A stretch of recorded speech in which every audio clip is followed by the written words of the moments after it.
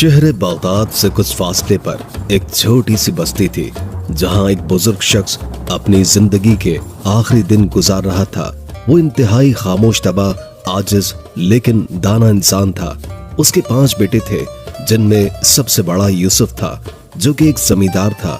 यूसुफ पूरा दिन खेतों में मेहनत करता, जमीन को सींचता और फसलों की देखभाल किया करता था, लेकिन वालिद की खिदमत करते हुए कभी कभार वो उगता जाता और दिल में सोचता कि ये जिम्मेदारी कब खत्म होगी।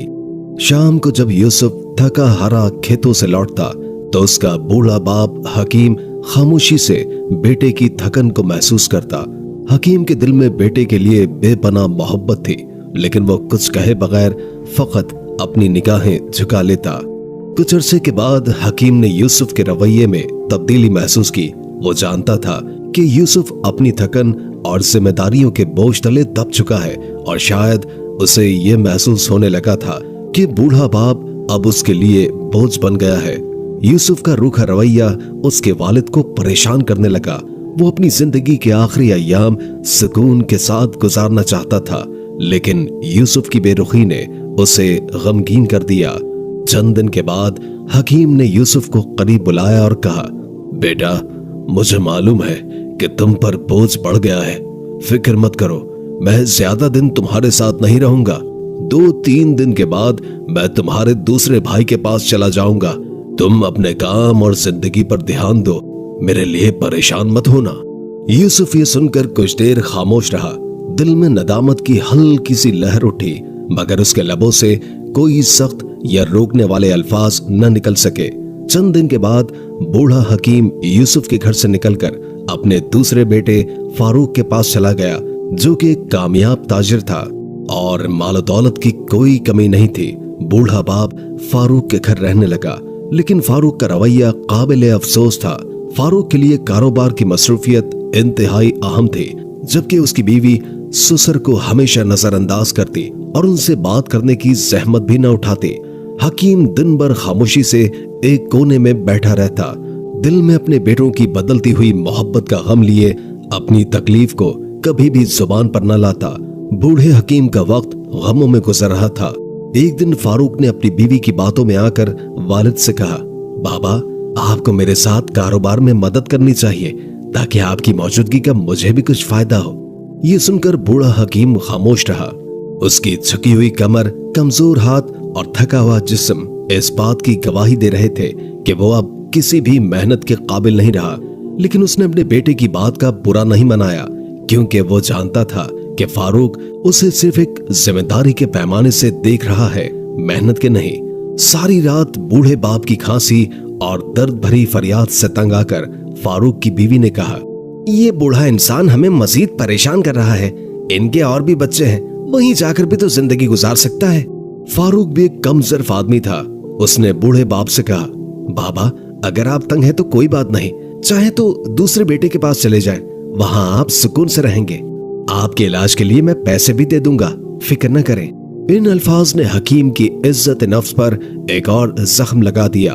फारूक ने मोहब्बत और तवज्जो देने के बजाय महज एक माकूल हल पेश किया।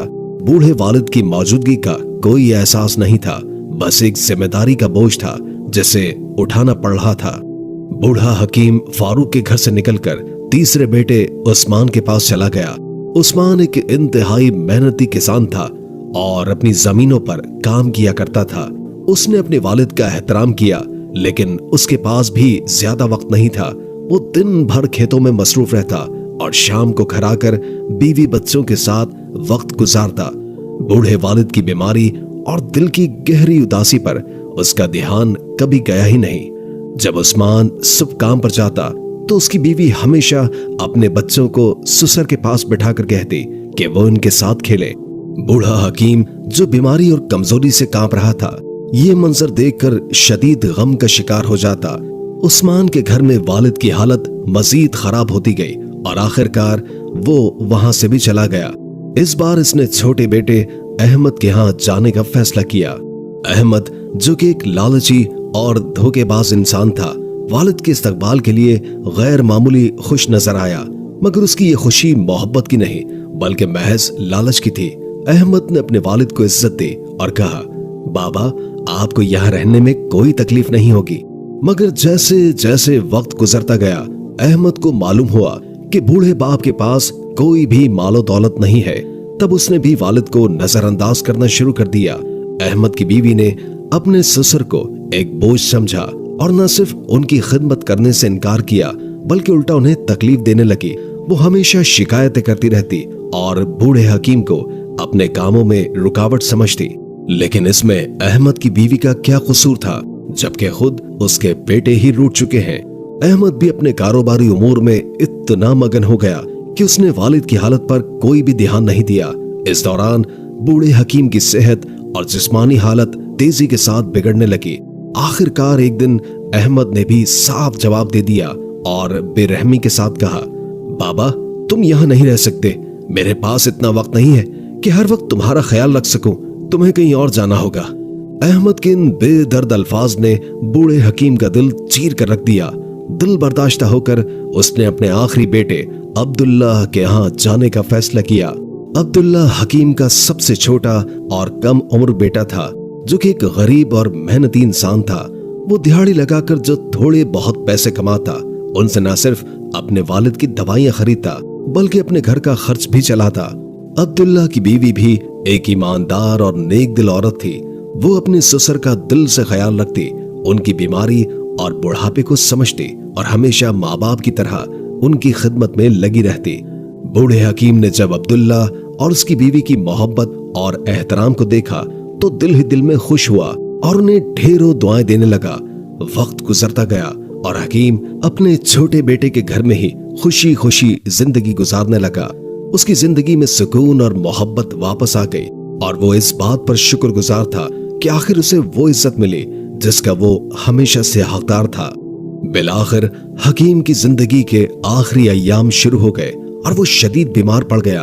अब्दुल्ला अपने बाप की हालत देखकर बेहद गमगीन होता और अक्सर रो पड़ता, क्योंकि वो अपने वालिद को एक बोझ नहीं बल्कि हकीकी मानों में बाप का दर्जा दिया करता था। उसके दिल में वालिद के लिए इज्जत और मोहब्बत का समंदर था और वो हर मुमकिन कोशिश करता कि अपने वालिद की खिदमत में कोई भी कसर और कमी न रह जाए। अब्दुल्ला के आंसू और उसकी बेलौस मोहब्बत वालिद की जिंदगी के आखिरी दिनों में उसके लिए तसल्ली और सुकून का बायस बने। हकीम ने अब्दुल्ला की मोहब्बत देखकर उसे करीब बुलाया और एक बारीक आवाज में कहा, बेटा मेरे आखिरी दिन करीब है। मेरी सांसें अब गिनती की रह गई हैं, लेकिन अल्लाह तुम्हें हमेशा खुश और आबाद रखे। जिस तरह तुमने मेरी खिदमत की है और मेरा दिल जीता, उसका बदला सिर्फ अल्लाह ही दे सकता है। अब्दुल्ला ने गमगीन लहजे में जवाब दिया, बाबा अल्लाह न करे कि आप हमें छोड़कर जाएं। आपके बगैर हम कैसे जी सकेंगे। हकीम ने मुस्कुराते हुए कहा, बेटा ये तो हक का रास्ता है। हर शय को फना होना है और मुझे भी अपने खालिक के हकीकी के पास जाना होगा।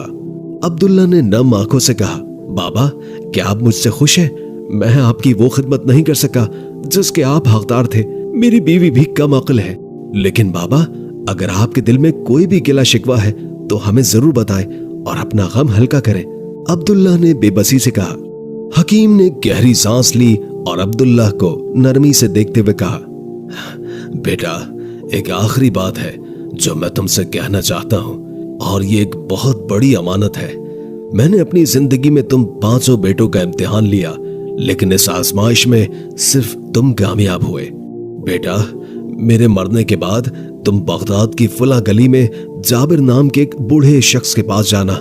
उसे मेरा नाम लेकर कहना कि हकीम वफात पा चुका है और वो अमानत जो मैंने उसके पास रखी थी वो तुम्हें दे देगा। हकीम ने अब्दुल्ला के कंधे पर हाथ रख के कहा, जो भी अमानत मिले वो तुम्हारे लिए है। उसे अपनी बीवी बच्चों की जिंदगी बेहतर बनाने के लिए इस्तेमाल करना। ये मेरा तुम्हारे लिए आखिरी तोहफा होगा। और याद रखना अपने भाइयों को इस बारे में कुछ भी मत बताना। ये कहते हुए हकीम ने एक आखिरी सांस ली और बिलाखिर इस दुनिया से रुखसत हो गया। हकीम की वफात का गम अब्दुल्ला के दिल पर बिजली बनकर गिरा। उसकी आंखें आंसुओं से भरी हुई थी और दिल में एक बेपनाह खालीपन था। उसकी बीवी भी शिद्दत गम से रोने लगी, क्योंकि उसने हकीम की खिदमत दिल से की थी और हमेशा ان کا एहतराम किया था।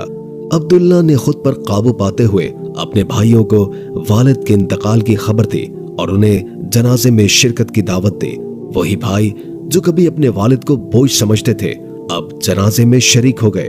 अब्दुल्ला जो हमेशा ईमानदारी और मोहब्बत का पैकर रहा, भाइयों से मुखातिब हुआ। बाबा जान ने मुझे एक अमानत सौंपी थी। मुझे यकीन है कि वो कोई कीमती खजाना होगा, लेकिन मैं समझता हूँ कि इस पर हम सब भाइयों का हक है। हालांकि बाबा ने उसे सिर्फ मेरे लिए वसीयत की थी।